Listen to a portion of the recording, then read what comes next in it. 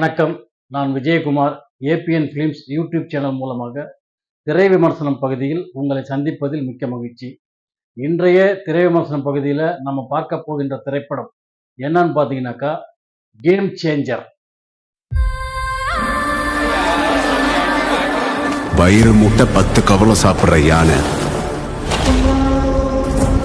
ஒரே ஒரு கவலத்தை வேண்டான்னு விட்டுட்டா பெருசா அதுக்கு எந்த நஷ்டமும் வராது. ஆனா அது லட்சக்கணக்கான எறும்புகளுக்கு ஆகாரம். நான் உங்ககிட்ட கேட்கறதெல்லாம் அந்த ஒரு கவலை மட்டும்தான்.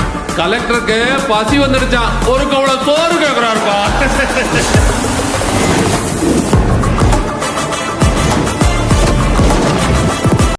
பிரம்மாண்ட இயக்குனர் சங்கர் அவர்களின் இயக்கத்தில் வெளிவந்திருக்கும் படம் தான் கேம் சேஞ்சர். இது தெலுங்கு படமாக எடுக்கப்பட்டு பிறகு தமிழாகவும் ஆக்கப்பட்டது. அதாவது இதில் வந்து ராம் சரண் கதாநாயகன் நடிச்சிருக்கிறாரு. அவருக்கு ஜோடியாக வந்து கேஆர் ஆத்வானி நடிச்சிருக்கிறாங்க. அஞ்சலியும் அவருக்கு ஜோடியாக நடிச்சிருக்கிறாங்க. அப்புறம் சமுத்திரகனி, எஸ்ஜே சூர்யா, ஜெயராம், ஸ்ரீகாந்த், இப்படிப்பட்ட எல்லா நடிகர்களும் இந்த படத்தில் நடிச்சிருக்கிறாங்க. இந்த படத்தை வந்து தமன் அவர்கள் இசையமைச்சிருக்கிறார். ஜருகண்டி ஜருகண்டின்னு ஒரு பாட்டு, அந்த ஒரு பாட்டை தவிர மற்ற பாடல்கள்லாம் சுமார் தான். ஆர்ஆர் மியூசிக்லாம் பரவாயில்ல, நார்மலாக பண்ணி வச்சிருக்கிறாரு. தமனோட இசையில் படம் இசைக்கு சில முக்கியத்துவம் கொடுக்குற மாதிரி இருக்கு. அதுக்கப்புறம் பார்த்தீங்கன்னாக்கா ஃபைட்டு, படத்தில் வந்து அவ்வளோ ஃபைட்டுகளை வச்சிருக்கிறாங்க. இது வந்து ஒரு முதலமைச்சர் எப்படி இருக்கணும் அப்படிங்கிறத சொல்லக்கூடிய ஒரு களமாக உருவாக்கியிருக்கிறாங்க.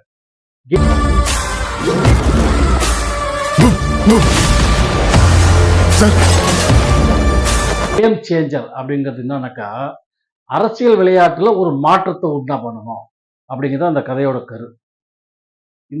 இதுல வந்து முதலமைச்சராக வரவர் ஸ்ரீகாந்த். அவர் என்ன பண்றாருனாக்கா, இத்தனை வருஷம் நம்முடைய வாழ்க்கையில எத்தனையோ குறைகளை பண்ணிட்டோம், தப்பு பண்ணிட்டோம்.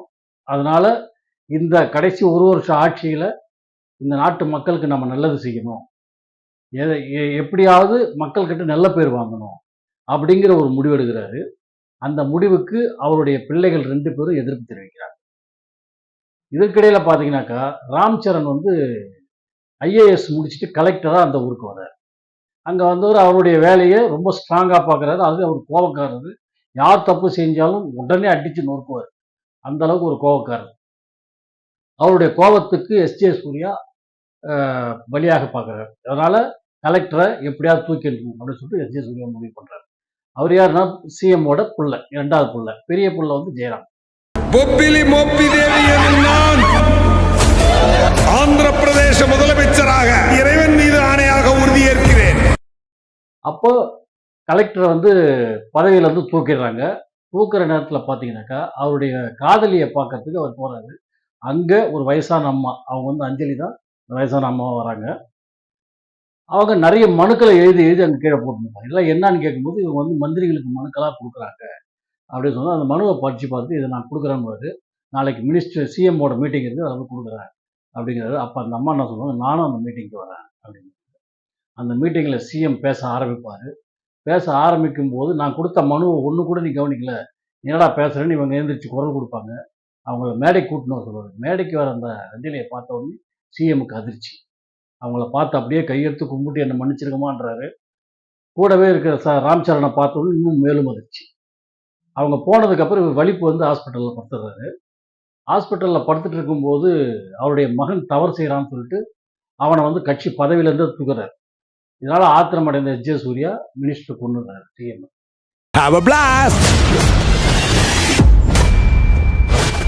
கொன்னதுக்கப்புறம் மினிஸ்டரோட உதவியாளராக இருக்கிற சமுத்திரகனி ஒரு வீடியோவை வெளியிடுறாரு. அதில் வந்து முதலமைச்சர் வந்து தன்னுடைய வாரிசாகவும் இந்த நாட்டின் அடுத்த முதல்வராகவும் கலெக்டர் பதவியிலேருந்து டிஸ்மிஸ் செய்யப்பட்ட கலெக்டர் தான் இந்த நாட்டோட முதலமைச்சர் அப்படின்னு அறிவிச்சார்.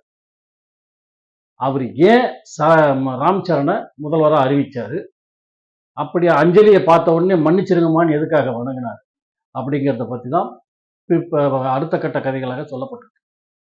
அதுதான் ரொம்ப சஸ்பென்ஸாக கொண்டு போகிறாங்க. இவர் யார் எப்படிப்பட்டவர்ன்றதுலாம் அப்புறம் தான் வரும். அந்த முதலமைச்சருக்கு ஃப்ளாஷ்பேக்கு, அந்த ஃப்ளாஷ்பேக்கில் நடக்கிற விஷயங்கள்லாம் சொல்கிறாங்க.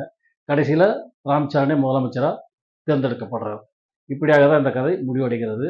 இதில் வந்து காதல், ஃபைட்டு அது இதுன்னு புதுலாங்க.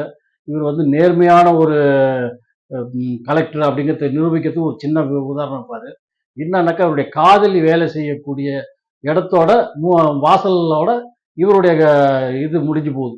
இவருடைய அதிகார வரம்பு முடிஞ்சு போய் எல்லைக்கோடு போட்டுறாரு. அதுக்கு என்னடா காதலியை பார்க்க போட்டார்.